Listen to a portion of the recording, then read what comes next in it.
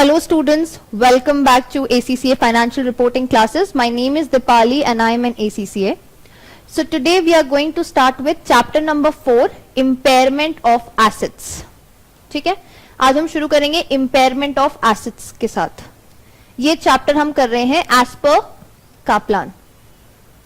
Okay, अब सबसे पहले हम बात करते हैं कि इम्पेयरमेंट होता क्या है. इम्पेयरमेंट का मतलब क्या है? इम्पेयरमेंट का ये मतलब है जब किसी एसेट को, जब कोई एसेट जो है या तो वो ऑब्सोलीट हो जाए for any reason, multiple reasons होते हैं जिनके कारण या तो वो ऑब्सोलीट हो जाए, वो डैमेज हो जाए या वो वीकन हो जाए. ठीक है, तो उसको क्या बोलते हैं? हम बोलते हैं इम्पेयरमेंट. अब इम्पेयरमेंट जो है वो टेंजिबल एसेट्स का भी हो सकता है और वो इनटेंजिबल एसेट्स का भी हो सकता है.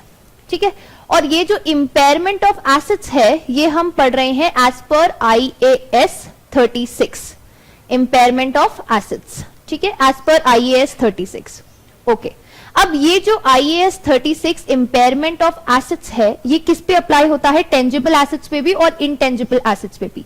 लेकिन देयर आर सर्टेन एसेट्स या सर्टेन स्टैंडर्ड्स बोल लो आप, जिन पे IAS 36 नहीं अप्लाई होगा.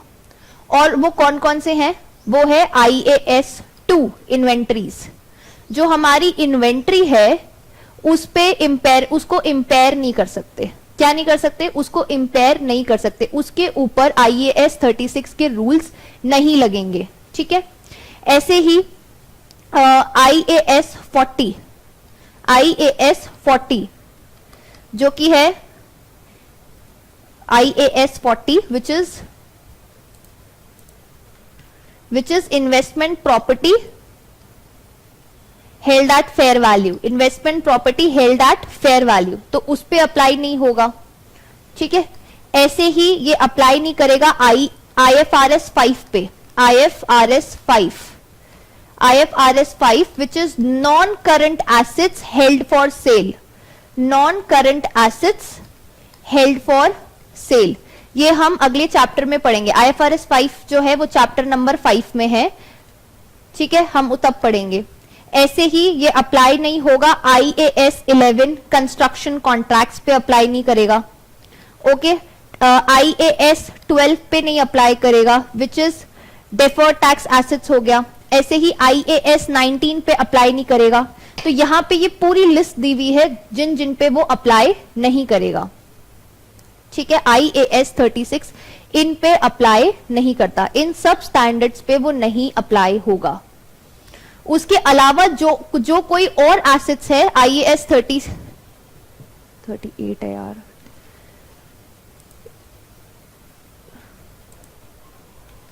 ठीक है, इसके अलावा जो भी और एसेट्स बचते हैं उसके ऊपर अप्लाई होगा IAS 36 इम्पेयरमेंट ऑफ एसेट्स. ठीक है, अब इम्पेयरमेंट ऑफ एसेट्स में बेसिकली होता क्या है? सो इम्पेयरमेंट ऑफ एसेट में जो भी एसेट है, लेट्स से कोई प्रॉपर्टी है, बिल्डिंग है कोई. ठीक है, और आज इस बिल्डिंग की जो वैल्यू है लेट्स सपोज $10 मिलियन है. ये इसकी कैरिंग वैल्यू है. ठीक है, हमारी बुक्स में इसकी कैरिंग वैल्यू कितनी है? $10 मिलियन. जब इसकी रिकवरेबल वैल्यू, इसकी जो रिकवरेबल वैल्यू है वो, और इसकी रिकवरेबल वैल्यू है मतलब जो इसकी मार्केट में वैल्यू है वो है $8 मिलियन. ठीक है, तो जब किसी एसेट की रिकवरेबल वैल्यू जो है वो falls down below it's carrying value, तो हम क्या बोलते हैं? वो एसेट जो है वो इम्पेयर हो गया है. वो एसेट क्या हो गया? इम्पेयर हो गया. इम्पेयर होने के बहुत सारे रीजंस है जो हम अभी पढ़ेंगे. ठीक है, तो हम क्या बोलेंगे? वो एसेट क्या हो गया? इम्पेयर हो गया. तो अब ये जो $2 मिलियन है ये क्या है? This is impairment loss. इसको बोलेंगे इम्पेयरमेंट लॉस. ये कैसे निकला? कैरिंग वैल्यू में से मैंने माइनस किया रिकवरेबल वैल्यू. कैरिंग वैल्यू में से मैंने क्या माइनस किया? Recoverable value. रिकवरेबल वैल्यू क्या है? इसकी मार्केट में जो आज की डेट में वैल्यू है. एक एक्टिव मार्केट में इस बिल्डिंग की जो फेयर वैल्यू है that is called its recoverable value. Okay, so उसको बोलते हैं impairment. Okay, so impairment of assets क्या होता है? The objective is to set rules to ensure that the assets of an entity are carried at no more than their recoverable value. ठीक है, तो हम बुक्स में किसी भी एसेट को उसकी रिकवरेबल वैल्यू से ज्यादा नहीं दिखाना चाहते, ठीक है, इसीलिए क्या करते हैं, इम्पेयरमेंट रिव्यू करते हैं। एवरी ईयर हर ऑर्गेनाइजेशन को अपनी एसेट्स का इम्पेयरमेंट रिव्यू करना होता है, राइट और ये क्यों करना होता है, ये देखने के लिए जो उसकी वैल्यूज है, जो एसेट्स की वैल्यूज है वो बुक्स में फेयर वैल्यू पे या रिकवरेबल वैल्यू पे सही जा रही है। ऐसे नहीं कि जो वैल्यूज है वो बहुत एग्जैजरेटेड है, जो कैरिंग वैल्यू है वो बहुत एग्जैजरेटेड है, लेकिन जब हम उसको मार्केट में बेचने जाएंगे तो हमें तो मतलब बहुत कम पैसे मिलेंगे। तो इसीलिए फेयर चीजों को दिखाने के लिए हमें क्या करना पड़ता है, इम्पेयरमेंट रिव्यू करना पड़ता है एवरी ईयर। ओके, अब इसका मेजरमेंट कैसे होगा, अब लेट्स टॉक अबाउट मेजरमेंट। तो मेजरमेंट कैसे करेंगे, सो बेसिकली जो कैरिंग वैल्यू होगी वो ज्यादा होगी रिकवरेबल वैल्यू से। जब कैरिंग वैल्यू ज्यादा है रिकवरेबल वैल्यू से, ठीक है, तो हम उसको क्या बोलते हैं कि there is what, there is an impairment loss, there is an impairment loss. और ये रिकवरेबल वैल्यू कैसे निकालेंगे, सो रिकवरेबल वैल्यू निकालने का रूल है, रिकवरेबल वैल्यू निकालने का रूल क्या है, it should be higher of first point fair value less cost to sell, ठीक है, fair value less cost to sell and another one is higher of fair value less cost to sell and value in use, ठीक है। अब ये fair value less cost to sell का क्या मतलब है और ये कैसे डिटरमिन होती है, ठीक है। सो जो ये फेयर वैल्यू है वो डिटरमिन होती है एज पर IFRS 13, fair value measurement, fair value measurement के थ्रू वो क्या होती है, डिटरमिन होती है। लेकिन आपको क्वेश्चन में ये फेयर वैल्यू दी जाएगी, ओके, दी जाएगी। जब हम आगे जब हम पढ़ेंगे और चैप्टर्स तो उसमें ये आएगा IFRS 13 which is fair value measurement. I think ये चैप्टर नंबर 8 में है, अदर स्टैंडर्ड्स में। ओके, सो फेयर वैल्यू, अगर इंपेयरमेंट का क्वेश्चन है तो फेयर वैल्यू आपको क्वेश्चन में दी जाएगी। Okay, and what is value in use, value in use का मतलब है उस पर्टिकुलर एसेट से फ्यूचर में होने वाले cash inflows and outflows, future में होने वाले cash inflows and cash outflows को क्या करेंगे। लेट्स से फ्यूचर में मेरे को लगता है कि इस पर्टिकुलर एसेट से, कोई प्रॉपर्टी है, इस पर्टिकुलर एसेट से मुझे कैश इनफ्लो होगा, लेट्स सपोज $5 मिलियन का, और कैश आउटफ्लो मुझे होगा $2 मिलियन का। मतलब पैसा इस पर्टिकुलर एसेट से जो पैसा उस पर लगेगा बाहर जाएगा 2 मिलियन का और आएगा कितना, 5 मिलियन का। तो नेट कितना है, नेट है फ्यूचर में कैश इनफ्लो $3 मिलियन का। ठीक है, अब ये तो फ्यूचर में होने वाला है। तो वैल्यू इन यूज क्या बोलता है कि जो फ्यूचर में कैश इनफ्लोज या आउटफ्लोज होंगे उसको प्रेजेंट वैल्यू पे लेकर आओ। उसको क्या करना है, उसको प्रेजेंट वैल्यू पे लेके आना है। और प्रेजेंट वैल्यू पे हम उसको कैसे लेकर आएंगे, हम उसके लिए एक यूज करेंगे डिस्काउंटिंग रेट। ये डिस्काउंटिंग रेट जो है ये हमें क्वेश्चन में दी हुई होगी। जब हम क्वेश्चन करेंगे तब मैं आपको ये वैल्यू इन यूज कैसे कंप्यूट करना है ये बताऊंगी। लेकिन बस अभी यहाँ पे ये ध्यान रखना है कि जो रिकवरेबल वैल्यू है, जो रिकवरेबल वैल्यू है that should be what, that should be higher of, वो क्या होगी, higher of fair value less cost to sell and value in use. ठीक है, वैल्यू इन यूज। ओके, चलो। So an asset is impaired if its recoverable amount, जो उसका recoverable amount है, is below the value currently shown in the statement of financial position, the asset's current carrying amount. Okay, recoverable amount is taken as the higher of fair value less cost to sell and value in use. Okay, ये मैं आपको बता चुकी हूँ। अब fair value less cost to sell कैसे निकलेगी, measurement may be by way of a binding sale agreement. भाई अगर मैं उस एसेट को आज मार्केट में बेचने जाऊंगी तो मुझे कितने पैसे मिलेंगे, राइट। तो वो उसकी या तो फेयर वैल्यू वैसे डिटरमाइन होगी या फिर आज उसकी मार्केट में क्या प्राइस है। एक तो बाइंडिंग अग्रीमेंट हो गया कि अग्रीमेंट बना लिया इतने पे बेचने का है, ठीक है।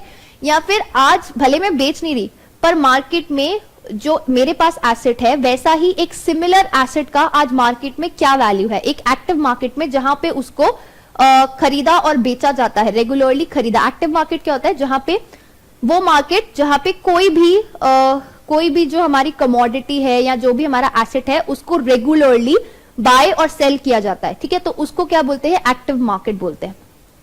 ओके, सो आज उस एक्टिव मार्केट में मेरे पास जो एसेट है वैसा ही सिमिलर एसेट, वैसा ही होमोजीनियस एसेट जो है एकदम सिमिलर, उसको उसकी क्या आज मार्केट में प्राइस है, तो उससे पता चल जाएगा कि मेरे एसेट की क्या फेयर वैल्यू है। और measurement of value in use क्या होता है? Value in use is determined by estimating future cash inflows and outflows to be derived from the use of that asset। उस एसेट के यूज से फ्यूचर में क्या कैश इनफ्लोज होंगे और क्या कैश आउटफ्लोज होंगे, और and its ultimate disposal and applying a suitable discount rate to these cash flows. अब इसमें नोट ध्यान रखो, कैश इनफ्लोज जो है, कैश फ्लोज जो है रिलेटिंग टू फाइनेंसिंग एक्टिविटीज और income tax should not be included, ठीक है। अब मान लो कोई एसेट है, एक प्रॉपर्टी है, ठीक है, अब मेरे को लगता है कि ये जो प्रॉपर्टी है ये इसको मैं रेंट पे दूंगी तो मुझे ये इतना रेवेन्यू जनरेट करके देगी, ठीक है, लेकिन क्योंकि ये प्रॉपर्टी जो थी, इधर बताती हूँ मैं आपको, ठीक है, ये प्रॉपर्टी है मेरे पास एक स्पेयर, ठीक है, इसमें 5 रूम्स हैं और इन 5 रूम्स को मैंने आगे रेंट पे दे रखा है, ठीक है, सबलेट कर रखा है, तो ये मुझे रेवेन्यू जनरेट करके देती है rent, let's say 10,000, 5 rooms 10,000 per annum 12 महीने का फॉर 12 मंथ्स, ये मुझे इतना रेवेन्यू जनरेट करके देती है। इस पे मुझे खर्चा करना पड़ता है पर रूम पे, लेट्स सपोज $1,000 का खर्चा है, तो वो क्या हो गया? आउटफ्लो हो गया। वो क्या हो गया? आउटफ्लो हो गया, ठीक है। एक्सपेंसेस, जो भी उस पे एक्सपेंसेस है, मेंटेनेंस एक्सपेंसेस व्हाटएवर, तो 5 रूम्स $1,000 पर मंथ, सॉरी ये भी per month into 12, okay, 12 months के लिए हो गया। अब इस प्रॉपर्टी को बनाने के लिए मैंने क्या किया? मैंने इनिशियली कोई लोन लिया होगा, तो उस लोन पे मुझे इंटरेस्ट पे करना पड़ता है, इंटरेस्ट पे करना पड़ता है, तो वो इंटरेस्ट मैं नहीं इंक्लूड करूंगी, that interest expense will not be included. ये रूल है, ठीक है, ये रूल है कि वैल्यू इन यूज, जब हम किसी एसेट का वैल्यू इन यूज कंप्यूट कर रहे हैं तो उस पे जो हम क्या कर रहे हैं, जो हम इंटरेस्ट दे रहे हैं, जो भी फाइनेंसिंग से रिलेटेड जो भी उसके एक्सपेंसेस है, वो हम उसके आउटफ्लोज में या इनफ्लोज में नहीं इंक्लूड करेंगे। सिमिलरली मेरे को टैक्स भी पे करना पड़ सकता है on this revenue that I am generating, तो वो भी मैं नहीं इंक्लूड करूंगी। So this is what it says, cash flows relating to financing activities और income tax should not be included. और मैंने क्या बोला था? डिस्काउंट रेट्स, ये जो डिस्काउंट रेट्स है ये भी आपको क्वेश्चन में क्या होंगी? दी हुई होंगी। चलो मूविंग फर्दर, अच्छा अब हम ये क्वेश्चन करते हैं। सो क्वेश्चन बोलता है the following information relates to 3 assets A, B and C। हमें 3 एसेट्स के कैरिंग अमाउंट दिए हैं, नेट रियलाइजेबल वैल्यू दिए हैं, वैल्यू इन यूज दिए हैं। What is the recoverable amount of each asset? अब रिकवरेबल अमाउंट क्या होगा? मैंने आपको क्या बोला था? नेट रियलाइजेबल वैल्यू क्या होती है? Fair value less cost to sell. Net realisable value क्या होती है? Fair value less cost to sell, okay. तो जो हायर होगी वो हमारी रिकवरेबल वैल्यू होगी, ठीक है। तो 100 एसेट ए के लिए 110 एंड 120 में से क्या बढ़ा है? 120, तो 120 होगी। एसेट बी के लिए 125 और 130 में से क्या बढ़ा है? 130, सो 130 होगी रिकवरेबल वैल्यू। एसेट सी के लिए 100 बढ़ाए कि 90 बढ़ाए? 90 बढ़ाए तो 100 होगा, सॉरी 100 बढ़ाए तो 100 होगी रिकवरेबल वैल्यू। अब क्वेश्चन बोल रहा है, question is asking calculate the impairment loss for each of the following, ठीक है। अब इम्पेयरमेंट लॉस करो, तो कैरिंग अमाउंट है इसका 100, ठीक है, कैरिंग अमाउंट क्या आ रहा है इसका? 100 आ रहा है, और इसका वैल्यू इन यूज क्या आ रहा है? 20 आ रहा है। तो पहले केस में, एसेट ए के केस में कैरिंग अमाउंट जो है कम है उसकी वैल्यू इन यूज से, तो यहाँ पे कोई इम्पेयरमेंट नहीं हो रहा, कोई इम्पेयरमेंट नहीं हो रहा। क्यों? क्योंकि कैरिंग अमाउंट कम है वैल्यू इन यूज से, जबकि आइडियली क्या होना चाहिए? जो रिकवरेबल वैल्यू है वो कम होनी चाहिए, पर कम ही नहीं है, तो फर्स्ट केस में there is no impairment, okay. Then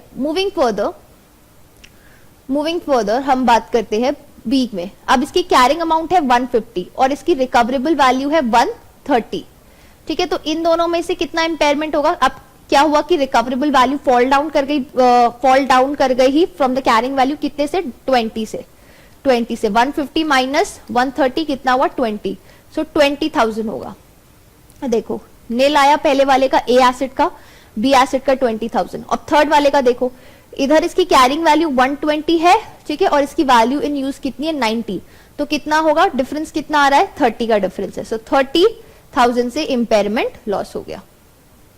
sorry 90 नहीं होगा 100 होगा, सो 120 और 100 में कितना हो गया 20 का डिफरेंस हो गया, ठीक है। 90 से नहीं देखना हमें, क्योंकि रिकवरेबल वैल्यू क्या होती है हायर ऑफ होती है, higher of net realisable value and value in use, तो यहाँ पे हायर कौन सी है 100 है, सो 120 माइनस 100 कितना होगा $20,000।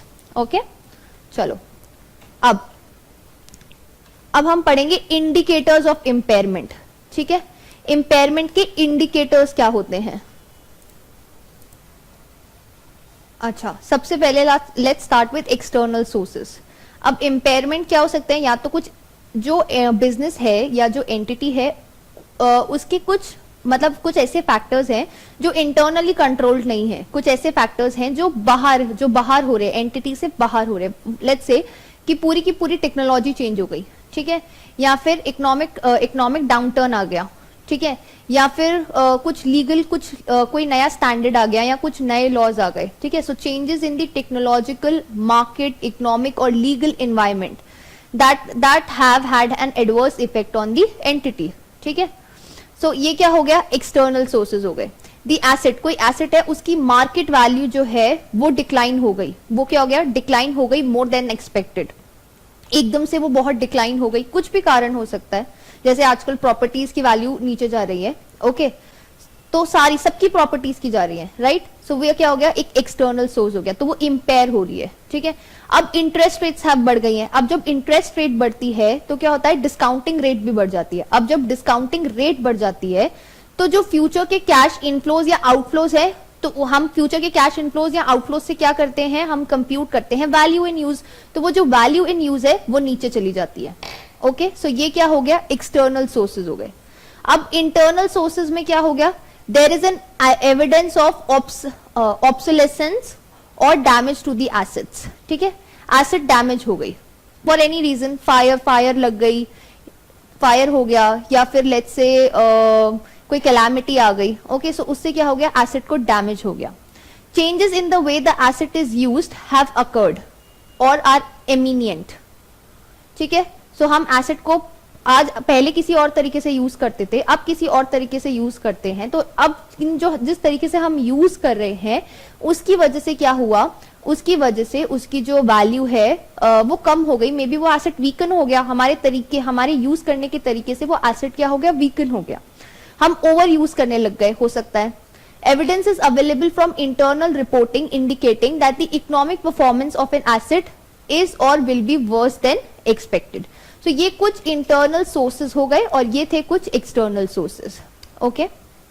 चलो मूविंग फर्दर, अब हमें करना क्या है, सबसे पहली जो इंपॉर्टेंट चीज है वो ये है कि जहां पर भी there is an evidence of impairment, किसी भी एसेट पे अगर कोई एविडेंस है इंपेयरमेंट के लिए, तो सबसे पहले हमें क्या करना है इंपेयरमेंट रिव्यू करना है। क्या करना है इंपेयरमेंट रिव्यू, और बिजनेस एंटिटी को इंश्योर करना है दैट इंपेयरमेंट रिव्यू जो है वो हर रिपोर्टिंग पीरियड पे किया जाए, हर रिपोर्टिंग पीरियड पे किया जाए, कंसिस्टेंटली हर रिपोर्टिंग पीरियड पे किया जाए, ओके। अब कैसे करना है, so where there is an indication of impairment and impairment review should be carried out, the recoverable amount निकालो उसकी, हर साल उसकी नई रिकवरेबल अमाउंट को कैलकुलेट करो, the asset should be written down to recoverable amount and the impairment loss should be immediately recognised in the statement of P&L। और ये जो इम्पेयरमेंट लॉस है ये कहां जाएगा, ये स्टेटमेंट ऑफ P&L में जाएगा, ठीक है। अब चलो लेट्स डू दिस क्वेश्चन, तो आपको समझ में आएगा। An entity owns a car that was involved in an accident at the year end. Accident हो गया कार का, ठीक है। It is barely usable, so the value in use is estimated to be 1000. अब इसकी value in use कितनी दे रखी है 1000. However, the car is a classic and there is a demand for the parts. This results in a fair value less cost to sell 3000। ठीक है, तो सबसे पहले हम एक काम करते हैं, हम लिखते हैं इसकी रिकवरेबल वैल्यू। ठीक है, अब रिकवरेबल वैल्यू क्या होती है, हमेशा हायर ऑफ होगी, किसकी हायर ऑफ होगी, एक तो वैल्यू इन यूज की और दूसरी किसका, fair value less cost to sell. अब इसकी वैल्यू इन यूज कितनी है, वैल्यू इन यूज है इसकी $1000, क्वेश्चन एक साफ साफ बोला है, और fair value less cost to sell कितनी बोल रहा है, वो बोल रहा है $3000। तो हायर क्या है इसमें से, हायर है fair value less cost to sell, तो हम रिकवरेबल वैल्यू कितनी मानेंगे, $3000 मानेंगे। ओके, चलो अब क्वेश्चन फर्दर क्या बोल रहा है, the opening carrying amount was 8000। ठीक है, साल के बिगिनिंग में 8000 थी, and the car was estimated to have a life of 8 years from the start of the year. ठीक है, identify the recoverable amount of the car and any impairment required. Okay, अब इसकी कैरिंग वैल्यू कितनी थी, अब उसकी cost तो थी $8000। ठीक है, तो अब लेकिन ईयर एंड पे एक्सीडेंट हुआ, तो मतलब साल भर का डेप्रिसिएशन लगना चाहिए। तो अगर मैं डेप्रिसिएशन की बात करूं, ये तो कॉस्ट हो गई, अब डेप्रिसिएशन कितना लगेगा इस पे, 8000, उसकी एस्टिमेटेड यूजफुल लाइफ क्या है, 8 years, सो डेप्रिसिएशन लगेगा $1000 पर एनम का। सो कैरिंग वैल्यू कितनी हो गई इसकी, कैरिंग वैल्यू हो गई 8000 की कॉस्ट में से माइनस किया डेप्रिसिएशन, कितना आ गया $7000। अब कैरिंग वैल्यू है $7000, ओके, और इसकी फेयर वैल्यू रिकवरेबल वैल्यू कितनी है 3000, तो there is an impairment loss of how much, $4000। तो ये जो इंपेयरमेंट लॉस है ये कहां जाएगा, सो एंट्री क्या होगी, अगर इसकी एंट्री सोचनी हो तो इसकी एंट्री के सो अब ये जो इंपेयरमेंट है 4000 का, ये जाएगा स्टेटमेंट ऑफ P&L में। अब इसकी एंट्री क्या पास होगी, सो डेबिट होगा स्टेटमेंट ऑफ P&L, उधर हम लिखेंगे इंपेयरमेंट लॉस 4000 का, और क्रेडिट क्या होगा, जो भी हमारा एसेट है।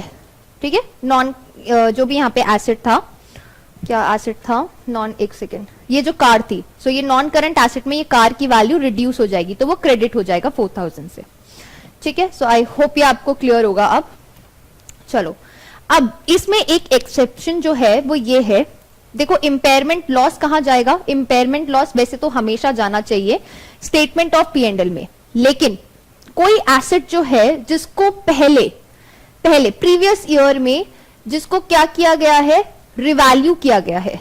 ठीक है, रिवैल्यू किया, तो जो रिवैल्यू, अगर रिवैल्यू किया तो लेट्स सपोज कोई रिवैल्यूएशन गेन होगा, और ये रिवैल्यूएशन गेन कहां पड़ा होगा, ये रिवैल्यूएशन गेन तब कहां गया होगा, तब उसकी अदर उस पर्टिकुलर ईयर की, मतलब पिछले साल की statement of P&L and other comprehensive income में।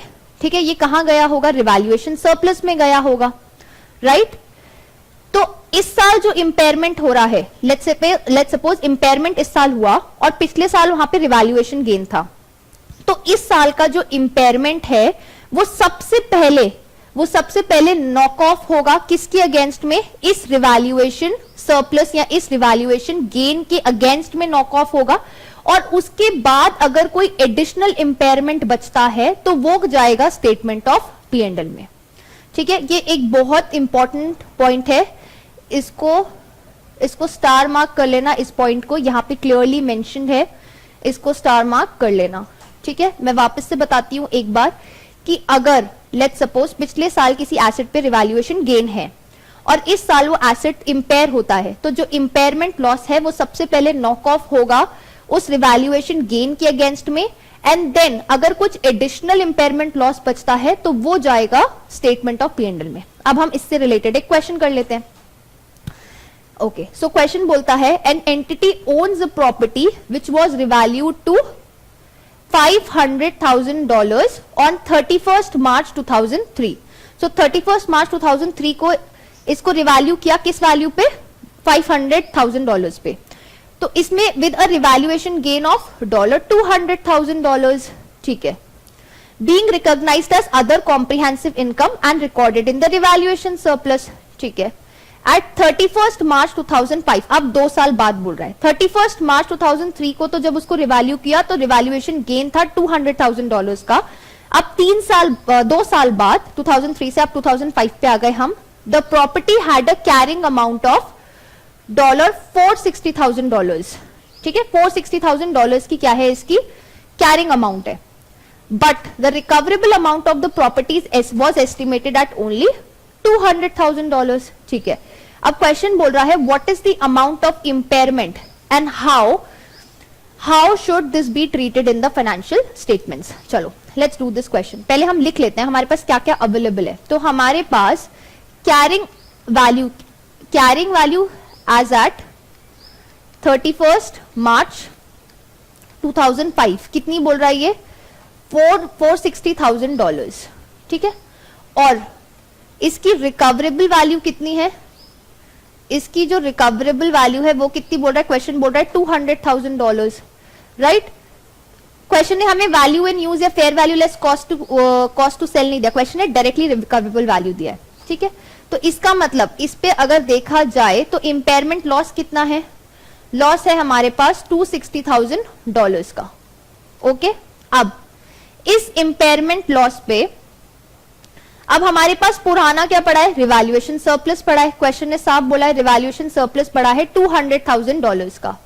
ठीक है, $200,000 का रिवैल्यूएशन सरप्लस पड़ा है. तो अब ये जो $260,000 है, ये सबसे पहले इसमें से, क्योंकि हमारे पास रिवैल्यूएशन गेन पड़ा हुआ होगा हमारे स्टेटमेंट ऑफ फाइनेंशियल पोजीशन में, रिवैल्यूएशन सरप्लस पड़ा हुआ होगा. राइट, सो ये जो $260,000 है, इसमें से जो 200,000 है ना, वो सबसे पहले तो उस रिवैल्यूएशन गेन के अगेंस्ट में माइनस हो जाएगा, और जो बचा हुआ 60,000 है, तो इस साल स्टेटमेंट ऑफ P&L में इंपेयरमेंट लॉस में सिर्फ 60,000 जाएगा. कितना जाएगा, 60,000 जाएगा, और बचा हुआ 200,000 क्या होगा, ये जो बचा हुआ 200,000 है, ये स्टेटमेंट ऑफ फाइनेंशियल पोजीशन में जो रिवैल्यूएशन सरप्लस है वहां से माइनस हो जाएगा.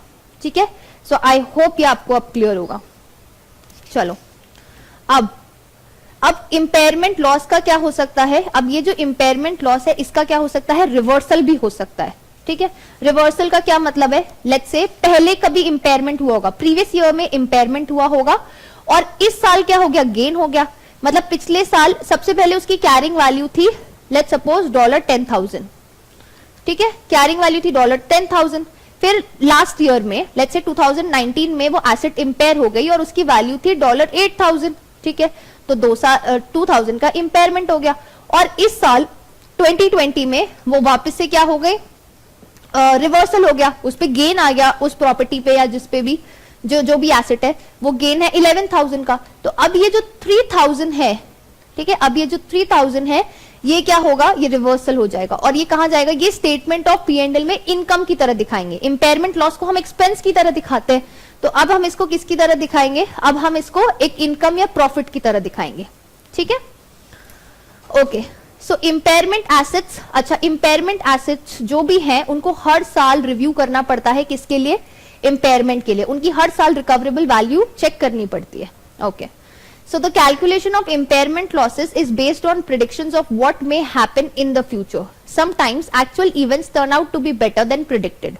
If this happens, the recoverable amount is recalculated and the previous write downs are reversed. हम reverse कर सकते हैं अगर हो रहा है तो. Impaired assets should be reviewed at each reporting date to see whether there are indications that the impairment has reversed.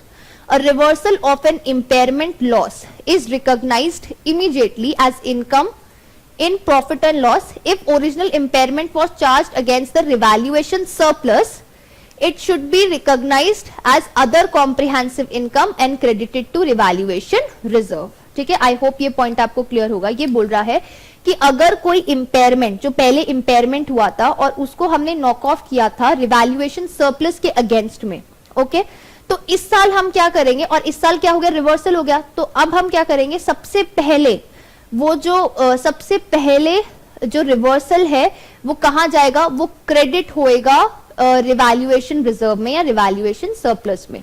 ठीक है, अब ये जो पॉइंट है, पॉइंट नंबर 3, ये सबसे इंपॉर्टेंट है और इस पे बेस्ड अब हम क्वेश्चन करेंगे.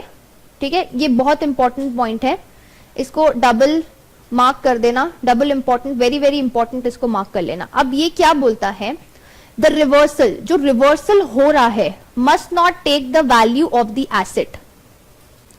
वो एसेट की वैल्यू को, must not take the value of the asset above above its depreciated historical cost. ये बहुत इंपॉर्टेंट पॉइंट है. जो इस साल रिवर्सल हम कर रहे हैं, रिवर्सल ऑफ इम्पेयरमेंट जो हम कर रहे हैं, पिछले साल इम्पेयरमेंट हुआ था और इस साल हम क्या कर रहे हैं, उसका रिवर्सल कर रहे हैं. तो ये जो रिवर्सल है, that should not take the value of the asset above its depreciated historical cost. ठीक है, इसका क्या मतलब है, that is the amount it would have been if the original impairment had never been recorded. The depreciation that would have been charged in the meantime must be taken into account. अभी हम question करेंगे तब मैं आपको ये clear करती हूँ. चलो लेट्स हम डायरेक्टली क्वेश्चन पे मूव करते हैं ये करने के लिए. अब क्वेश्चन बोलता है boxer purchased a non current asset on 1st January 2001 at a cost of 30,000. At that time the asset had an estimated useful life of 10 years. Boxer does not revalue this type of asset. उसको revalue नहीं करता but accounts for it on the basis of depreciated historical cost. At 31st December 2002, 2 साल बाद, the asset was subject to an impairment review and had a recoverable amount of 16,000. ठीक है, 2 साल बाद 1st January को उसने परचेज किया, 31st December 2002 को उसका इम्पेयरमेंट हुआ और उसकी रिकवरेबल वैल्यू कितनी थी, 16,000. ठीक है, अब बोल रहा है एट 31st December 2005, अब 3 साल बाद, the circumstances which caused the original impairment to be recognized have been reversed. जिस कारण से वो पहले इम्पेयर हो गया था वो कारण अब रिवर्स हो गए हैं. ठीक है, and impairment are no longer applicable with the result that the recoverable value is now 40,000. अब उसकी रिकवरेबल वैल्यू कितनी है, 40,000 है. पहले उसकी वैल्यू थी 30. ठीक है, फिर वो रिपेयर होके 16 पे आ गई. 16 पे आने के बाद अब 3 साल बाद वो 40 पे चली गई. ठीक है, अब क्वेश्चन बोल रहा है explain with supporting computations the impact of the financial statement of the 2 impairment reviews. इससे फाइनेंशियल स्टेटमेंट्स पे क्या इंपैक्ट पड़ेगा वो बताना है. चलो let's start with this question. अब अच्छे से ये क्वेश्चन देखिएगा. ठीक है, अब सबसे पहले 1st Jan 2001 को इसकी कॉस्ट कितनी थी, $30,000 थी. ठीक है, और उसकी यूजफुल लाइफ कितनी थी, यूजफुल लाइफ वो बोल रहा है 10 years. ओके, अब इस पे डेप्रिसिएशन कितना लगेगा पर एनम, पहले हम ये कंप्यूट करते हैं. सो 30,000 डिवाइड बाय 10 years कितना हुआ, $3,000 पर एनम का डेप्रिसिएशन लगेगा एसेट पे. अब 31st December 2002 को ये एसेट क्या हो रहा है, इम्पेयर हो रहा है. तो इम्पेयर हो रहा है तो हमें क्या निकालनी पड़ेगी, एक तो उसकी कैरिंग वैल्यू निकालनी पड़ेगी. ठीक है, सो 31st December 2002 को उसकी कैरिंग वैल्यू कितनी है, सो 30,000 कॉस्ट है और 2 साल का डेप्रिसिएशन, 2 साल का डेप्रिसिएशन कितना हुआ, 6,000. तो इसकी कैरिंग वैल्यू कितनी हो गई, 24,000. ठीक है, और क्वेश्चन ने हमें उसकी रिकवरेबल वैल्यू दी है कितनी, $16,000. ठीक है, तो इसका मतलब इम्पेयरमेंट कितना हुआ, इम्पेयरमेंट हुआ $8,000 का इम्पेयरमेंट हो गया. प्रीवियस इम्पेयरमेंट कितना है, $8,000. नाउ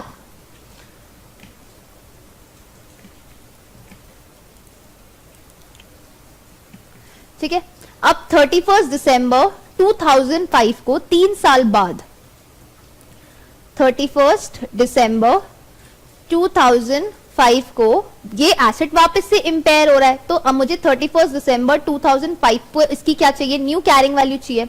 ठीक है, अब देखो 31st December 2002 को इस एसेट की वैल्यू अब क्या हो गई, 16,000 हो गई. ठीक है, 16,000 हो गई.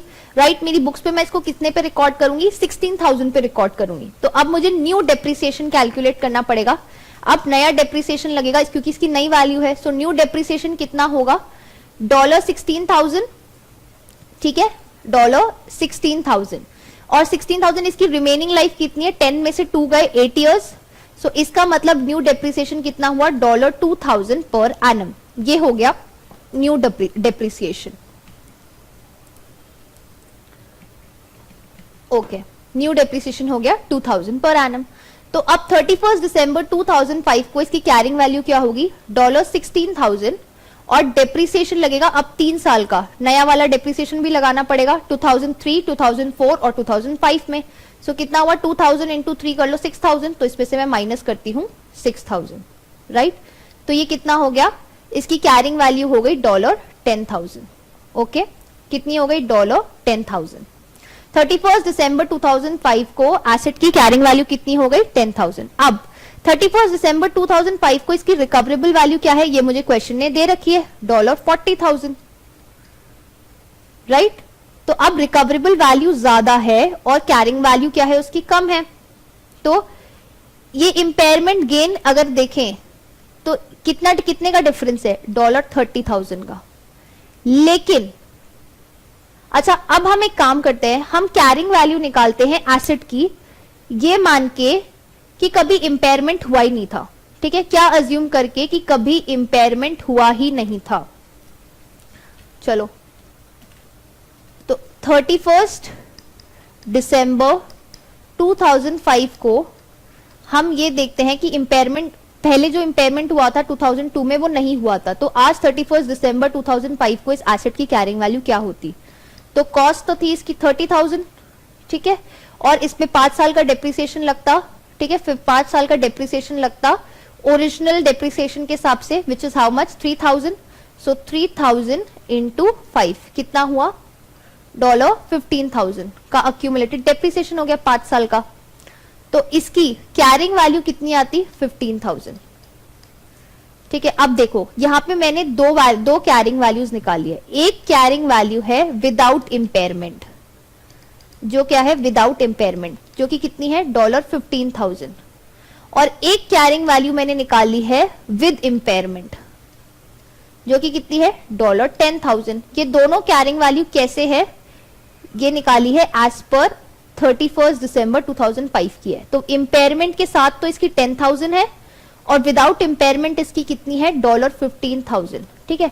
तो अब जो मैं गेन दिखा रही हूं, ठीक है, जो मैं क्या दिखा रही हूं गेन दिखा रही हूं, ये बहुत इंपॉर्टेंट पॉइंट है जो IAS 36 बोलता है रिवर्सल के केस में। ये हम क्या पढ़ रहे हैं रिवर्सल के केस पढ़ रहे हैं, तो रिवर्सल के केस में रिवर्सल ऑफ इंपेयरमेंट के केस में वो ये बोलता है कि हम एसेट की वैल्यू को, जो भी एसेट की वैल्यू है जब हम रिवर्सल कर रहे हैं तब हम एसेट की वैल्यू को it can not be taken above its depreciated historical cost, ठीक है। तो उसकी अगर पुरानी वाली डेप्रिशिएटेड हिस्टोरिकल कॉस्ट है मैं उसके अबव उसको नहीं लेके जा सकती, उसके अबव मैं उसको नहीं ले जा सकती। तो अभी इसकी डेप्रिशिएटेड हिस्टोरिकल कॉस्ट कितनी है डॉलर 15,000 है, ठीक है। और अभी देखो इसकी हिस्टोरिकल डेप्रिशिएटेड कॉस्ट कितनी है 15,000 है, और वैसे अभी कितनी आ रही है डॉलर 10,000 है। तो जो मैं गेन दिखाऊंगी वो मैं कितने का दिखाऊंगी डॉलर 5,000 का, कितने का डॉलर 5,000 का दिखाऊंगी, ठीक है। मैं रिकवरेबल वैल्यू को यहाँ पे डॉलर 40,000 नहीं दिखाऊंगी, ठीक है। तो मैं अब मेरे स्टेटमेंट ऑफ P&L में जो ये गेन है वो कितने पे जाएगा, जो गेन है वो कितने पे जाएगा 5,000 पे जाएगा, और एसेट की वैल्यू जो है वो 5,000 ऊपर चली जाएगी, वो 30,000 ऊपर नहीं जाएगी। आप ये मत सोचना कि आप यहाँ पे इसको 30,000 एसेट की वैल्यू को 30,000 ऊपर करेंगे, नहीं, आप सिर्फ एसेट की वैल्यू को 5,000 ऊपर करेंगे। तो इसकी एंट्री क्या बनाओगे सिंपल, आप डेबिट कर दोगे जो भी एसेट है नॉन करंट एसेट डॉलर 5,000 से ऊपर, और क्रेडिट करोगे क्या रिवर्सल ऑफ इंपेयरमेंट, ठीक है 5,000। तो क्रेडिट तो वैसे भी गेन होता है, जो हमारे गेन्स या प्रॉफिट्स होते हैं वो क्रेडिट होते हैं, राइट, और एसेट की वैल्यू क्या हो गई ऊपर चली गई, तो सिर्फ 5,000 से ऊपर जाएगी वो 30,000 से ऊपर नहीं जाएगी, ठीक है। सो ये बोल रहा था पॉइंट नंबर 3, क्या बोल रहा है the reversal must not take the value of the asset above its depreciated historical cost, okay, that is the amount it would have been if the original impairment had never been recorded। जो पहले impairment हुआ था 2002 में, अगर उसको कभी record ही नहीं किया होता तो उसकी आज वैल्यू क्या होती, बस उसी वैल्यू तक हम उस एसेट को लेके जा सकते हैं, उसके अबव नहीं लेके जा सकते। The depreciation that would have been charged in the meantime must be taken into account। वो हमने क्या किया, हमने 3,000 के हिसाब से 5 साल का डेप्रिसिएशन लगाया, right. The depreciation charge for future periods should be revised to reflect the changed carrying amount, okay। और फ्यूचर की जो डेप्रिसिएशन है वो अब फ्यूचर में जो डेप्रिसिएशन लगेगा वो क्या लगेगा, वो 15,000 के ऊपर से लगेगा, ठीक है, 15,000 की उस पे लगेगा, ओके। चलो, आई होप ये आपको क्लियर होगा. अब there is another point, note an impairment loss recognised for goodwill can not be reversed. अब रिवर्सल ये बोलता है कि आपने पहले गुडविल को इम्पेयर कर लिया था, किसी प्रीवियस ईयर में आपने गुडविल को इम्पेयर कर लिया था, तो गुडविल का जो अब इम्पेयरमेंट का रिवर्सल है वो पॉसिबल नहीं है. ठीक है, गुडविल के केस में, ठीक है, सिर्फ गुडविल के केस में हम रिवर्सल अप्लाई नहीं होता. ठीक है, नहीं हो सकता. क्यों? The reason for this is that once purchase goodwill has become impaired, एक बार परचेज गुडविल इम्पेयर हो गई, any subsequent increase in its recoverable amount is likely to increase in internally generated goodwill. और इंटरनली जनरेटेड गुडविल को तो हम record करते ही नहीं है, हम तो सिर्फ परचेज गुडविल को रिकॉर्ड करते हैं. राइट, तो अगर हम इंक्रीज दिखा रहे हैं तो इसका मतलब हम इंक्रीज दिखा रहे हैं किस में? इंटरनली जनरेटेड गुडविल में. राइट, रिवर्सल दिखा रहे हैं वो किस में दिखा रहे हैं? इंटरनली जनरेटेड गुडविल में दिखा रहे हैं. इसीलिए कभी भी इम्पेयरमेंट जो गुडविल पे चार्ज हुआ है उसका रिवर्सल नहीं दिखा सकते. ठीक है, आई होप आपको ये क्लियर होगा. चलो, अब let's move further to cash generating units. Okay, cash generating units, CGU भी बोलते हैं इनको, कैश जनरेटिंग यूनिट्स. अब ये CGU होते क्या है? So cash generating units basically group of assets होते हैं, group of identifiable assets, group of identifiable assets. ठीक है, ग्रुप होते हैं ऑफ आइडेंटिफिएबल स्मॉल एसेट्स, कुछ छोटे छोटे एसेट्स मिलके अपना एक ग्रुप बना लेते हैं. ठीक है, और वो इंडिपेंडेंट होते हैं देन दी अदर एसेट्स. ये इंडिपेंडेंट होते हैं of any other assets in the business entity. Okay, और ये आपस में मिलके काम करते हैं. ठीक है, आपस में मिलके कोई ऑपरेशन कर रहे होंगे. ठीक है, कोई इनकी प्रोडक्शन लाइन होगी, तो इसको क्या बोलते हैं? Cash generating unit. ओके, सो ध्यान रखना क्या है आपको, ये ग्रुप ऑफ आइडेंटिफिएबल एसेट्स होते हैं. सो अब हम क्या पढ़ने वाले हैं? हम पढ़ने वाले हैं अगर इम्पेयरमेंट हो जाता है किसका? कैश जनरेटिंग यूनिट्स का, तो फिर उस कैश जनरेटिंग यूनिट्स में जो एसेट्स है उसको वो जो एसेट्स है उनको वो इम्पेयरमेंट कैसे एलोकेट करना है. ठीक है, सो अब हम ये पढ़ेंगे. A CGU is defined as the smallest identifiable group of assets that generate cash inflows. ठीक है, वो कैश इनफ्लोज जनरेट करते हैं that are largely independent of the cash inflows from other assets. जो दूसरे assets हैं उनसे उनको कोई मतलब नहीं, उनसे इंडिपेंडेंट होते हैं, ये अपने अलग मिलके कैश इनफ्लोज जनरेट करते हैं. Okay, so now we are going to talk about impairment of cash generating unit. तो अब अगर कोई कैश जनरेटिंग यूनिट जो है वो इम्पेयर हो रहा है, तो इम्पेयर होने के लिए क्या होगा? सिंपल सी बात है कि जो उस पूरे यूनिट की रिकवरेबल वैल्यू है वो कम हो जाएगी देन द यूनिट की कैरिंग वैल्यू, जो यूनिट की टोटल कैरिंग वैल्यू है. ठीक है, सो बेसिकली यूनिट की जो टोटल रिकवरेबल वैल्यू है वो कम हो जाएगी, that will fall below the carrying value of that unit. Right, total carrying value of that unit. Okay, तो इस केस में क्या हो जाता है? इम्पेयरमेंट हो जाता है. ओके, अब इसमें लेट्स सपोज एक CGU है जिसमें 5 एसेट्स है A B C D E, और इन 5 एसेट्स में से जो C वाला एसेट है ये गुडविल है, एक लेट्स सपोज एक बिल्डिंग है, एक लैंड है, एक गुडविल है, एक टेक्नोलॉजी है और एक कार है. ठीक है, ठीक है. अब सबसे पहले जो इम्पेयरमेंट है वो किसको एलोकेट होगा?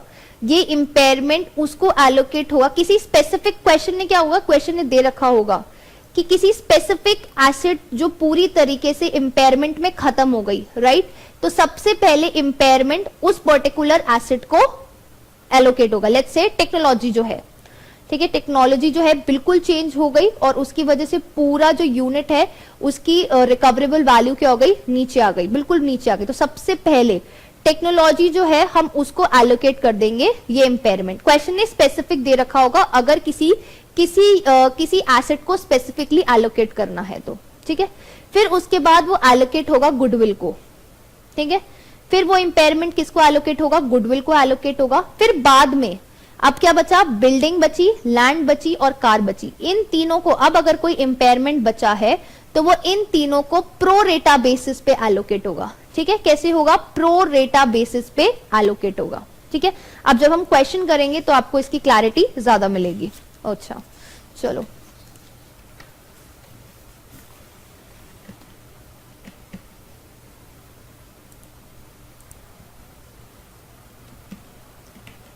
ठीक है, अब एक बार ये पढ़ लेते हैं। Deal with any specifically impairment assets first. कोई स्पेसिफिकली इम्पेयर्ड एसेट है जी, हमें क्वेश्चन ने दिया हुआ होगा, then impair the cash generating unit. IAS 36 requires that an impairment loss attributable to CGU should be allocated to write down the assets in the following order। ठीक है, सबसे पहले कोई स्पेसिफिकली इम्पेयर्ड एसेट है वो, then purchased goodwill, then the other assets including any intangible assets in the CGU on a pro rata basis। ठीक है, pro rata basis based on the carrying amount of each asset in the CGU। अभी हम question करेंगे, then अब समझ में आ जाएगा। Note, no individual asset should be written down below its recoverable amount. ठीक है, रिकवरेबल अमाउंट से बिलो पे उसको नहीं लेकर आना है। This means that unless specifically impaired, current assets are unlikely to be impaired। current assets को नहीं impair करना as part of CGU, as they are already likely to be carried at their recoverable amounts। Inventory as noted above is outside the scope of IAS 36। तो inventory तो आएगा ही नहीं, CGU का part नहीं बनेगा। ठीक है, चलो let's do this question, तो इससे क्लैरिटी आ जाएगी। क्वेश्चन बोलता है Cebu company runs a unit that suffers a massive drop in income due to failure of its technology on 1st January 2008। failure of technology। The following carrying amounts are recorded in the books immediately prior to the impairment। okay, so goodwill है, technology है, brands है, land है, building है, other net assets है। ठीक है, ये इस सीजीयू का पार्ट है, ये सारे जो हैं ये इस सीजीयू का पार्ट है। ओके, अब क्वेश्चन बोल रहा है the recoverable value of the unit is estimated at $85 million. ठीक है, टोटल रिकवरेबल वैल्यू बता रहा है अपन को। ठीक है, the technology is worthless following it's complete failure, तो इसकी तो कोई वैल्यू बची नहीं है अब टेक्नोलॉजी की। तो दी अदर नेट एसेट्स, तो टेक्नोलॉजी बचा नहीं है बिल्कुल, ऐसे बोल रहा है ये। The other net assets include inventory and receivables, और ये अदर नेट एसेट्स जो किसको इंक्लूड करता है, inventory plus receivables. It is considered that the carrying amount of other net asset is a reasonable representation of their net realisable value. ये बोल रहा है ये जो कैरिंग वैल्यू है इसकी, ये बेसिकली इसकी रिकवरेबल वैल्यू ही है। नेट रियलाइजेबल वैल्यू क्या होती है, रिकवरेबल वैल्यू होती है। तो वो बोल रहा है कि ये अपनी ऑलरेडी रिकवरेबल वैल्यू पर ही है अदर नेट एसेट्स। अब क्वेश्चन बोल रहा है show the impact of impairment on 1st जनवरी 2008। अब ये ध्यान रखना, जब भी ऐसा क्वेश्चन आए सीजीओ का, तो हम इसको सॉल्व करने का मैं आपको तरीका बताती हूँ कैसे करेंगे आप। सबसे पहले यहाँ पे लिख लो आप सारे, गुडविल है, goodwill, then we have technology, okay, then we have brands, फिर हमारे पास लैंड है, फिर बिल्डिंग है, और हमारे पास अदर नेट एसेट्स हैं। ठीक है, ये हमारे एसेट्स हो गए सीजीयू के। ओके, अब सबकी हम यहाँ पे लिख लेंगे एक बार कैरिंग वैल्यू। ठीक है, सबकी कैरिंग वैल्यू क्या है हम सबसे पहले वो लिखेंगे। गुडविल की कितनी है 20, टेक्नोलॉजी की 5, ब्रांड्स की है 10, लैंड की है 50, बिल्डिंग की है 30, और अदर नेट एसेट्स की है 40। ठीक है, अब इसका टोटल देख लेते हैं एक बार, टोटल कितना है। टोटल है 20 plus 5 plus 10 plus 50 plus 30 plus 40। सो इसका टोटल है $155 मिलियन। अब बीच 3 कॉलम्स बनाओ, एक कैरिंग वैल्यू का, बीच वाला कॉलम बनाओ इम्पेयरमेंट का। ठीक है, और लास्ट वाला कॉलम बनाओ रिकवरेबल अमाउंट का। अब देखो क्वेश्चन ने क्या बोला है, टेक्नोलॉजी जो है वो बिल्कुल नहीं बची, वर्थलेस हो गई, तो उसका मतलब उसकी रिकवरेबल वैल्यू क्या हो गई, 0। सो इसका मतलब ये फुल्ली इंपेयर हो गई, यहां पे क्या हो गई, फुल्ली इंपेयर हो गई। ओके, सेकंड क्वेश्चन ने क्या बोला है, क्वेश्चन ने बोला है कि जो बिल्डिंग जो अदर नेट एसेट्स है वो अपनी रिकवरेबल अमाउंट पर ही है। इसका मतलब कैरिंग वैल्यू ये है, तो रिकवरेबल वैल्यू भी कितनी है उसकी, 40 है। ये तो क्वेश्चन ने साफ बोला है, तो इंपेयरमेंट कुछ नहीं हुआ। और हमारे पास टोटल रिकवरेबल वैल्यू क्वेश्चन ने कितनी दे रखी है, 85 दे रखी है। कितनी, 85 दे रखी है। यहाँ पे देखो the recoverable value of the unit is estimated to be how much 85 million. तो ये 85 मिलियन टोटल आ गया यहाँ पे, ठीक है। इन दोनों का डिफरेंस कितना है, 155 माइनस 85 करो कितना आता है 70। तो मतलब इंपेयरमेंट कितने का हुआ है, 70 का इंपेयरमेंट हुआ है, 70 मिलियन डॉलर्स का इंपेयरमेंट हुआ है। तो 5 तो इसको एलोकेट हो गया, अदर नेट एसेट्स इंपेयर हुए नहीं है। और मैंने क्या बोला था, सबसे पहले तो कोई स्पेसिफिक जो एसेट है, तो यहाँ पे स्पेसिफिक एसेट टेक्नोलॉजी हो गया। Second is goodwill, purchase goodwill. अब परचेज गुडविल को पूरी कर दो, ठीक है, इंपेयर 20 से इंपेयर हो गई, तो उसकी वैल्यू भी क्या हो गई, 0 हो गई, ठीक है। अब बचा कितना, अब हमारे पास क्या बचा है, देखो 70 में से 20 गया और 5 गया, तो कितना बचा, 70 में से 25 गया तो कितना बचेगा 45। तो हमारे पास अब 45 का इंपेयरमेंट है, ठीक है, 45 का इंपेयरमेंट है। अब ये 45 का जो इंपेयरमेंट है वो ब्रांड्स, लैंड और बिल्डिंग, इन तीनों को प्रो रेटा बेसिस पे एलोकेट करना है, ठीक है। इन तीनों को प्रो रेटा बेसिस पे, सबसे पहले इन तीनों का टोटल देखो कितना है, 10 प्लस 50 प्लस 30 कितना हुआ 90, ठीक है। अब लैंड, सॉरी ब्रांड्स, सबसे पहले brands, then we have land and then we have building, ठीक है। सो 70 में से 20 और 5 गया, कितना बचा 45। 45 का इंपेयरमेंट है जो हमें इन तीनों को प्रो रेटा बेसिस पे देना है, ठीक है। तो ब्रांड कितना है 10 डिवाइड बाय 90 टोटल, और 45 हमारा क्या है इंपेयरमेंट, तो कितना हुआ, ये होगा, सो इसको एलोकेट हो गया 5, ये आएगा 5। 45 में से 5 इंपेयरमेंट किसका है, ब्रांड्स का, 5 इस पे माइनस होगा। अब आ जाते हैं लैंड पे, लैंड की वैल्यू कितनी 50, टोटल है 90 इंटू 45, इसको एलोकेट करो, सो 50 डिवाइड बाय 90 इंटू 45, ये आ रहा है 25। सो 25 किसको एलोकेट होगा, इसको, ठीक है। और ये है बिल्डिंग है 30, सो 30 डिवाइड बाय 90 इंटू 45 कितना हुआ, 30 डिवाइड बाय 90 इंटू 45, ये हो गया 15, ठीक है। सो 10 में से 5 गया, कितना बचा 5, 50 में से 25 गया, बचा 25, 30 में से 15 गया, बचा 15। अब देखो ये टोटल कितना आ रहा है, 5 प्लस 25 30, 35 प्लस 15 45, 45 प्लस 40 85, ये हो गया मैच। ऐसे इसका भी टोटल आ गया 70। तो ये हमने क्या करा, इंपेयरमेंट कर दिया एलोकेट, राइट, ये क्या कर दिया, इंपेयरमेंट को किया हमने एलोकेट। तो जब भी सीजीयू का ऐसा क्वेश्चन आए तो बेस्ट है कि आप सबसे पहले 3 कॉलम्स बनाओ, कैरिंग अमाउंट, इंपेयरमेंट और रिकवरेबल अमाउंट का।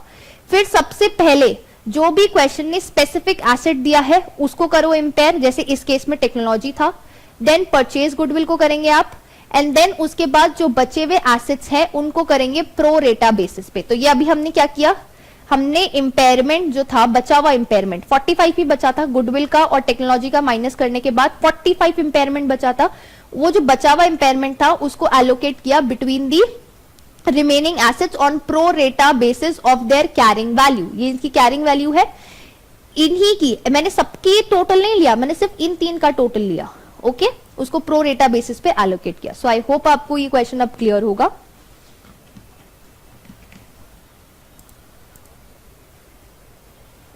चलो लेट्स मूव फर्दर। अब हमें ये वाला क्वेश्चन करते हैं, this is a full question जिसमें हमें पूरा statement of P&L and statement of financial position बनाना है, ठीक है। चलो लेट्स स्टार्ट। इसमें इंपेयरमेंट भी इंक्लूडेड है, डेप्रिसिएशन भी इंक्लूडेड है, ठीक है। So it's a full question, let's start now. The following trial balance relates to Hume at 30th June 2007। अब क्या क्या दे रखा है, रेवेन्यू दे रखा है, कॉस्ट ऑफ सेल्स दे रखी है, डिस्ट्रीब्यूशन कॉस्ट दे रखी है, administrative expenses, loan interest paid, property की कॉस्ट दे रखी है, प्रॉपर्टी का डेप्रिसिएशन दे रखा है एट 31st जुलाई 2006, और हमारा ईयर एंड क्या है 30th जून 2007, ठीक है। अक्यूमुलेटेड डेप्रिसिएशन दे रखा है, प्लांट एंड इक्विपमेंट की कॉस्ट दे रखी है, ऐसी उसका डेप्रिसिएशन दे रखा है, ट्रेड रिसीवेबल्स दे रखे हैं, इन्वेंट्री दे रखी है 30th जून 2007, ठीक है। तो इसका मतलब ये क्या है, ये क्लोजिंग इन्वेंट्री है, क्वेश्चन ने स्पेसिफिकली मेंशन कर रखा है। सो this is what, this is closing inventory. Bank का अमाउंट दे रखा है, ट्रेड पेबल्स दे रखा है, ऑर्डिनरी शेयर्स दे रखे हैं, शेयर प्रीमियम दे रखा है, 12% लोन नोट्स दे रखे हैं, इशूड 1 जुलाई 2006 को, टैक्सेशन दे रखा है और रिटेन अर्निंग्स दे रखी है एट 31 जुलाई 2006 को, ठीक है। अब क्वेश्चन क्या बोल रहा है,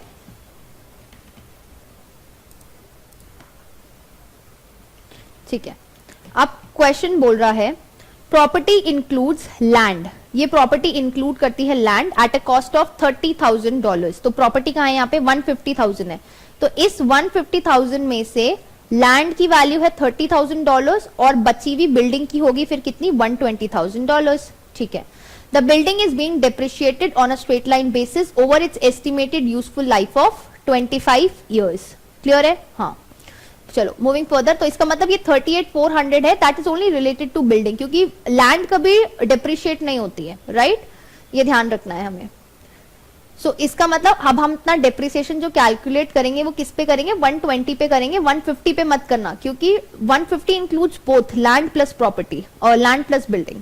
चलो अब पॉइंट बी क्या बोलता है, plant and equipment is being depreciated on a reducing balance basis at a rate of 20% per annum. ठीक है, क्लियर है?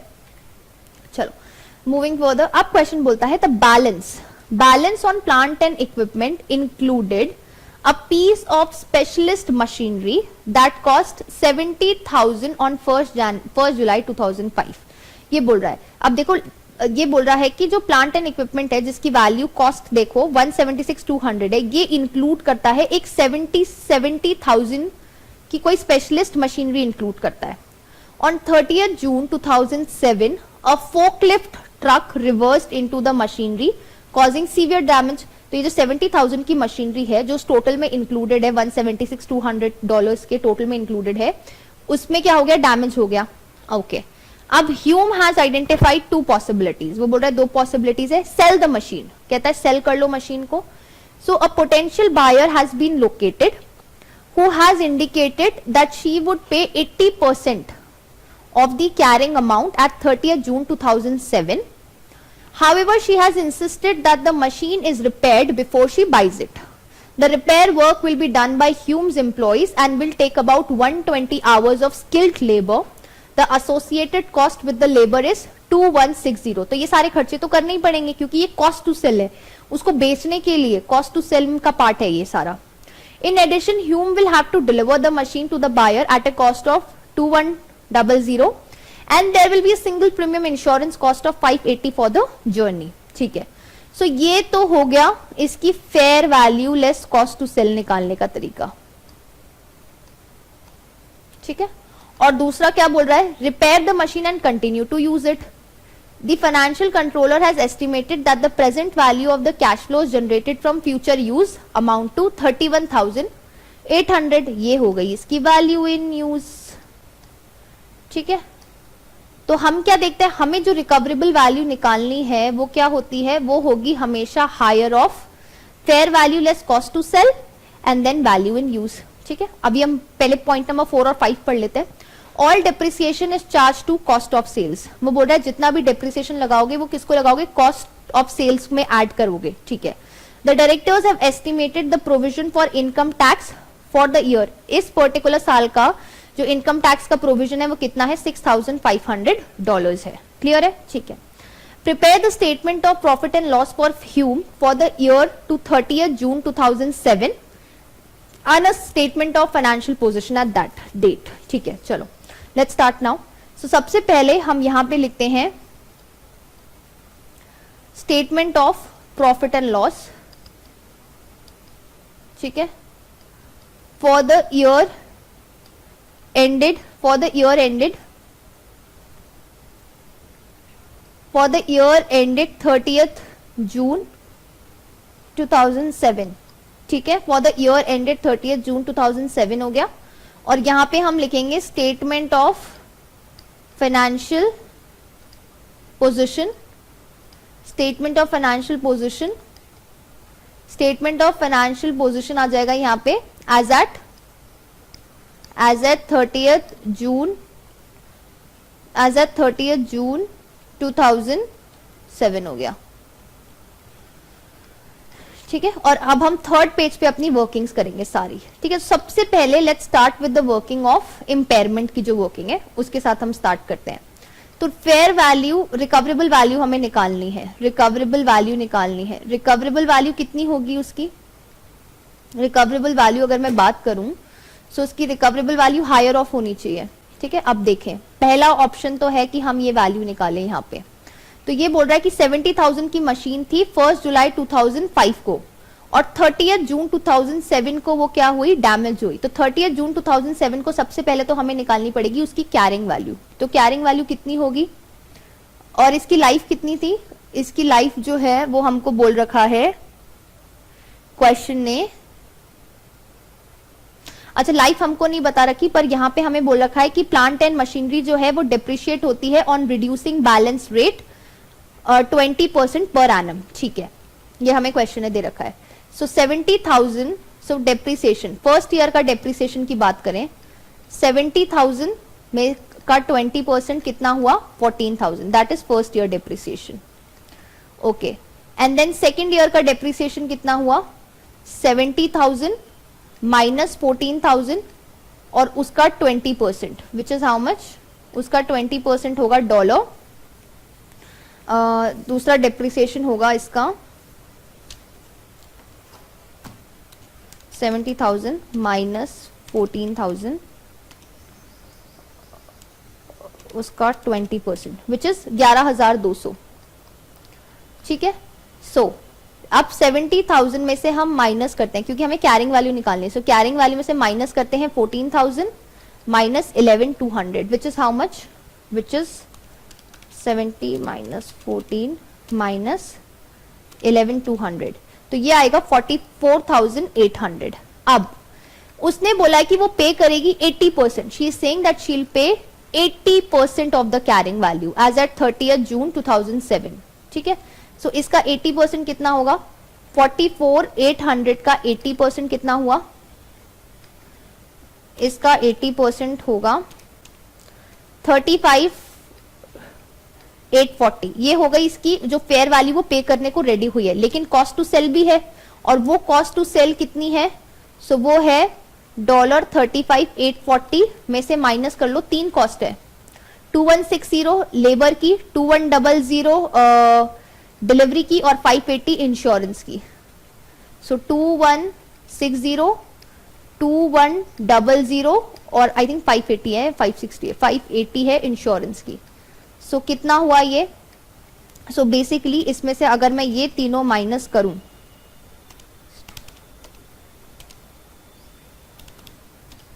ओके, ये आ रहा है $31,000। सो 31,000 हो गई उसकी fair value less cost to sell. अच्छा, अब बी क्या है, वैल्यू इन यूज, ये तो मुझे क्वेश्चन ने डायरेक्टली दे रखी है, वैल्यू इन यूज तो मुझे क्वेश्चन ने साफ साफ क्लियरली बताई है, शायद 31,800, यस 31,800,000 की है। ठीक है, 31,800, इसका मतलब मैं कौन सी रिकवरेबल वैल्यू लूंगी, इन दोनों में से जो भी हायर है, हायर कौन सी है, value in use 31,800, I will consider this recoverable value. Okay, so अब मेरी इस एसेट की कैरिंग वैल्यू कितनी थी, इस एसेट की कैरिंग वैल्यू यहां से निकाली हमने 44,800। सो 44,800 तो इसकी कैरिंग वैल्यू हो गई, और इसकी रिकवरेबल वैल्यू कितनी आ रही है, इसकी रिकवरेबल वैल्यू जो है वो आ रही है 31,800। सो इसका मतलब इंपेयरमेंट लॉस कितना हुआ इस एसेट पे, डिफरेंस देखो कितना हुआ, 13,000 का $13,000 का इंपेयरमेंट लॉस हो गया। ठीक है, चलो मूविंग फर्दर। अब क्वेश्चन बोलता है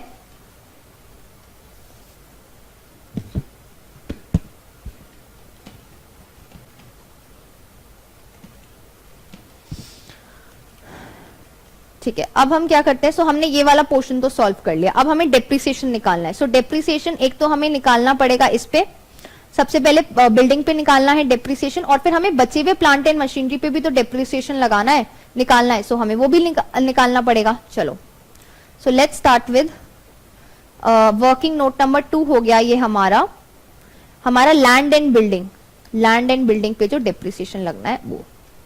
ठीक है, अब लैंड की वैल्यू तो क्या है, लैंड पे तो कुछ नहीं होगा, बट 120,000 जो है उसको हम डिवाइड कर लेंगे 25 ईयर्स से, क्योंकि बिल्डिंग की वैल्यू कितनी है 120 और 25 ईयर्स उसकी वैल्यू है। ठीक है, सो इस पे कितना डेप्रिसिएशन लगेगा, सो इस पे जो डेप्रिसिएशन लगेगा वो आएगा $4,800 पर एनम का डेप्रिसिएशन लग जाएगा।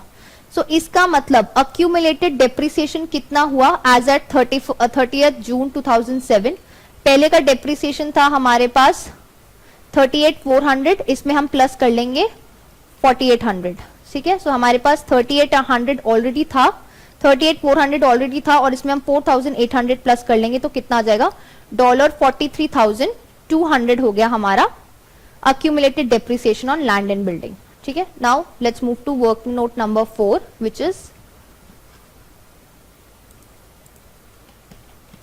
ठीक है। अब हम आ जाते हैं working note number 3 plant and machinery.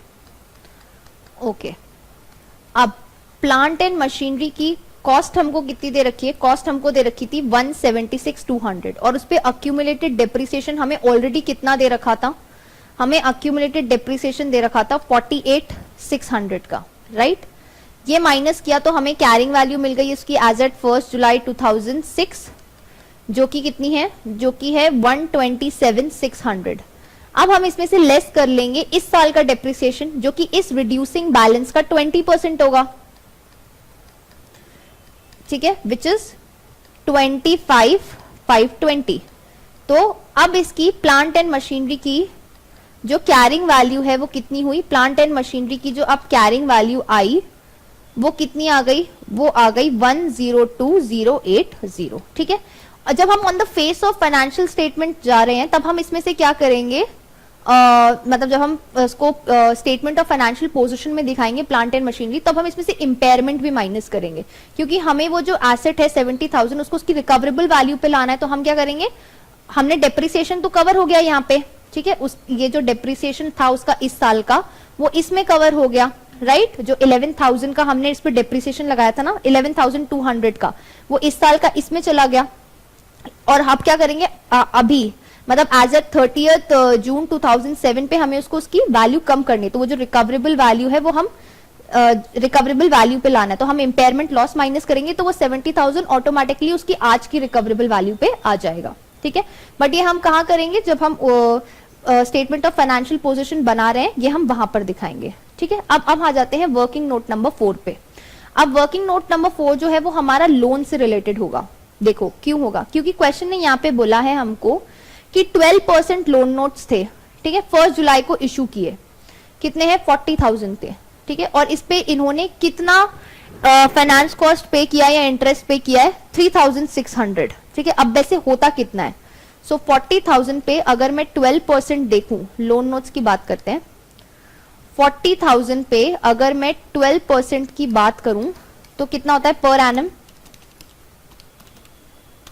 4,800 होता है। लेकिन कैश में कितना पे हुआ है, लेकिन जो पे हुआ है, क्योंकि उसने बोला इंटरेस्ट पेड कितना हुआ है 3,600, इसका मतलब 1,200 का आउटस्टैंडिंग इंटरेस्ट है, ये हमें पे करना है, राइट। और ये हमारा किसका पार्ट बनेगा, करंट लाइबिलिटीज का पार्ट बन जाएगा फिर ये हमारे, ठीक है, करंट लाइबिलिटीज का पार्ट बनेगा, ठीक है। चलो अब हम बनाना शुरू करते हैं अपना statement of P and L.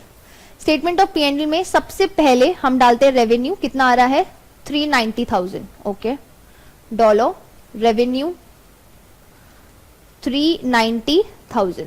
अब इसमें से हमें लेस करना है कॉस्ट। अब इसने क्या बोला, क्वेश्चन ने बोला कि सारा का सारा डेप्रिसिएशन आप कॉस्ट में इंक्लूड करेंगे। सो कॉस्ट कितना है 210,600, तो यहां पे लिखो 210,600। अब इसमें डेप्रिसिएशन आएगा, एक तो ये वाला डेप्रिसिएशन आएगा लैंड एंड बिल्डिंग का, जो कि कितना है इस साल का 4,800 आएगा लैंड एंड बिल्डिंग का। और दूसरा डेप्रिसिएशन किसका है, दूसरा डेप्रिसिएशन प्लांट एंड मशीनरी का है इस साल 25,520, तो ये 25,520 भी जाएगा 25,520, ठीक है। अब इसका टोटल कितना है, इसका टोटल आ रहा है 240,920, राइट। अब तो हमारा ग्रॉस प्रॉफिट कितना हो गया, ग्रॉस प्रॉफिट आ गया हमारा 149,080। अब इसमें से बाकी चीजें माइनस करते जाओ, बाकी चीजों में क्या क्या आएगा, एडमिनिस्ट्रेटिव एक्सपेंसेस है, देखो रेवेन्यू हमने डाल दिया, कॉस्ट ऑफ सेल्स डाल दिया, अब डालते हैं डिस्ट्रीब्यूशन और एडमिनिस्ट्रेटिव एक्सपेंसिव, ठीक है। सो डिस्ट्रीब्यूशन कॉस्ट कितनी है 6,800 और एडमिनिस्ट्रेशन कॉस्ट कितनी बोल रहा था 12,700। एडमिनिस्ट्रेशन कॉस्ट कितनी आ रही है 12,700, ठीक है। अब लेस करेंगे इंटरेस्ट, जो पे करना है, जो इस साल का इंटरेस्ट है वो कितना है 4800 है। ओके, फिर हम इसमें से क्या करेंगे, लेस करेंगे इम्पेयरमेंट लॉस। इम्पेयरमेंट हमने निकाला, राइट, ये है वर्किंग नोट नंबर 2, ये है वर्किंग नोट नंबर 3, और इम्पेयरमेंट लॉस जो है हमारा वो क्या है वर्किंग नोट नंबर 4, और सॉरी वर्किंग नोट नंबर 1। ये कितना है 13,000। ठीक है, इम्पेयरमेंट लॉस हमारा 13,000 आ रहा था, राइट। अब ये निकालेंगे तो हमारा क्या आ जाएगा, हमारा प्रॉफिट बिफोर टैक्स आएगा, प्रॉफिट बिफोर टैक्स। अब टैक्स के लिए भी एक पॉइंट आएगा, ठीक है। सो पहले प्रॉफिट बिफोर टैक्स निकालते हैं, वो कितना है 111,780, ये आ गया। अब हम इसमें से लेस करते हैं टैक्स। अब क्वेश्चन ने क्या बोला है, ये पॉइंट पढ़ो। क्वेश्चन ने बोला है the directors have estimated the provision for income tax for the year is 6,500। इस साल का इनकम टैक्स कितना है 6,500, तो हम कितना माइनस करेंगे 6,500। हालांकि ट्रायल बैलेंस में कुछ और दे रखा है 1,300, तो बेसिकली 1,003 कैश में पे हुआ है। लेकिन इस साल का देखो हम क्या करते हैं, अकाउंटिंग करते हैं अक्रूवल बेसिस पे। ये अगर आपने F3 अच्छे से पढ़ा है तो आपको पता होगा। तो इस साल का क्या इस साल के कितने अक्रूड एक्सपेंसेस और इनकम्स हैं हम वो रिकॉर्ड करते हैं। हम ये नहीं रिकॉर्ड करते कितना कैश में पे किया है या फिर कितना कैश में रिसीव किया, क्योंकि हम कैश बेसिस पे अकाउंटिंग नहीं करते, हम अक्रूवल बेसिस पे अकाउंटिंग करते हैं, राइट। ठीक है, सो अब हमने कितना पे किया, ये 6,000 हमारा प्रोविजन है, तो 6,000 हमारा का हम रिकॉर्ड कर लेंगे। पे हमने कितना किया 1,300, तो इसका मतलब आउटस्टैंडिंग कितना है, जो आउटस्टैंडिंग होगा वो हमारा आउटस्टैंडिंग टैक्सेशन का पार्ट बनेगा। ठीक है, वो हमारा स्टेटमेंट ऑफ फाइनेंशियल पोजीशन में जाएगा। ओके, अब ये आ गया हमारा प्रॉफिट आफ्टर टैक्स। तो ये कितना आ रहा है, ये आ रहा है 105,280। ये हमारा आ गया प्रॉफिट आफ्टर टैक्स। ठीक है, अब हम आ जाते हैं स्टेटमेंट ऑफ फाइनेंशियल पोजीशन में। सबसे पहले हम एसेट साइड पे आएंगे। एसेट साइड पे हम सबसे पहले करेंगे non current asset. Non current asset में भी हम सबसे पहले बनाएंगे प्रॉपर्टी। अब हमारी प्रॉपर्टी की टोटल वैल्यू कितनी थी, प्रॉपर्टी की टोटल वैल्यू थी 150,000। ठीक है, इसमें से हम लेस कर लेते हैं इस प्रॉपर्टी पे जितना भी अक्यूमुलेटेड डेप्रिसिएशन है। तो अक्यूमुलेटेड डेप्रिसिएशन कितना है 43,200, ये हमने यहाँ पे निकाला था वर्किंग नोट नंबर 2 में। ठीक है, पहले का 38,400 है और इस साल का कितना है 4,800, तो कितना आ रहा है 43,200। सो अक्यूमुलेटेड डेप्रिसिएशन है 43,200। इसका मतलब प्रॉपर्टी की कैरिंग वैल्यू कितनी है 106,800। फिर दूसरा आता है land, plant and machinery. Plant and machinery की कितनी वैल्यू थी 176,200। इसमें से हम लेस करते हैं इसका अक्यूमुलेटेड डेप्रिसिएशन जो कि कितना है, जो कि है इस साल का और पुराना वाला मिला के 74,120। इसमें से अब हम लेस करेंगे इम्पेयरमेंट लॉस जो कि कितना है 13,000। अब इससे हमारा क्या आ जाएगा, ये आ जाएगी इसकी कैरिंग वैल्यू विच इज 89080। ठीक है, ये हो गया हमारा नॉन करंट एसेट्स। अब हम आ जाते हैं अपने करंट एसेट्स पे। सो करंट एसेट्स पे क्वेश्चन ने हमको क्या क्या दे रखा है, करंट एसेट्स में क्वेश्चन ने बोला हमारे पास ट्रेड रिसीवेबल्स है, हमारे पास इन्वेंट्री है और हमारे पास बैंक है। ये 3 चीजें दे रखी है, तो ये 3 चीजें डाल दो। ठीक है, सो करंट एसेट्स में ट्रेड रिसीवेबल्स है हमारे पास कितने के 31,600। देन हमारे पास इन्वेंट्री है 18,100 की, और फिर हमारे पास बैंक है 1950। सो अब इसका टोटल कितना आ रहा है, इन तीनों का टोटल एक बार देखें 31,600 प्लस 18,100 प्लस 1950 कितना आ रहा है 51,650। अब इन तीनों का अब क्या टोटल आ रहा है, तो ये हमारा टोटल एसेट साइड हो जाएगा। सो हमारी एसेट्स की टोटल वैल्यू कितनी आ रही है, ये आ रही है 89,080 प्लस 106,800, ये आ रहा है 24,750। ये हो गया हमारा एसेट साइड। अब हम आ जाते हैं इक्विटी एंड लायबिलिटी साइड पे। ठीक है, अब अगर मैं बात करूं इक्विटी एंड लायबिलिटी साइड की, अगर मैं बात करूं,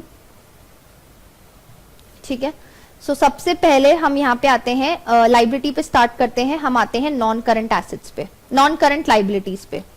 तो हमारे पास नॉन करंट लाइबिलिटीज में क्या क्या था, सिर्फ एक ही चीज थी, 12% के लोन नोट्स, जो कि कितने के थे, 40,000 के, राइट।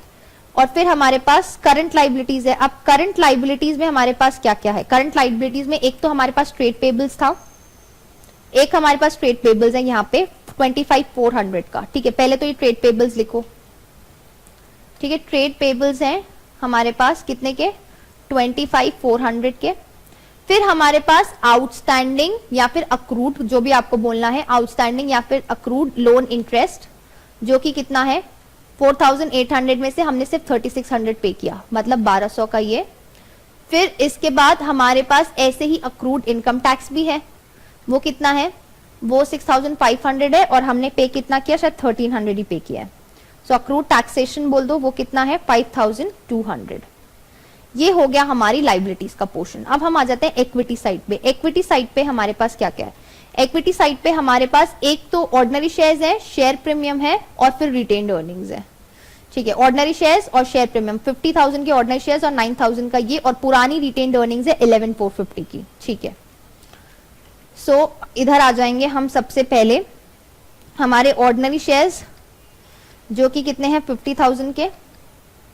देन हमारे पास शेयर प्रीमियम है जो कि है 9,000 के।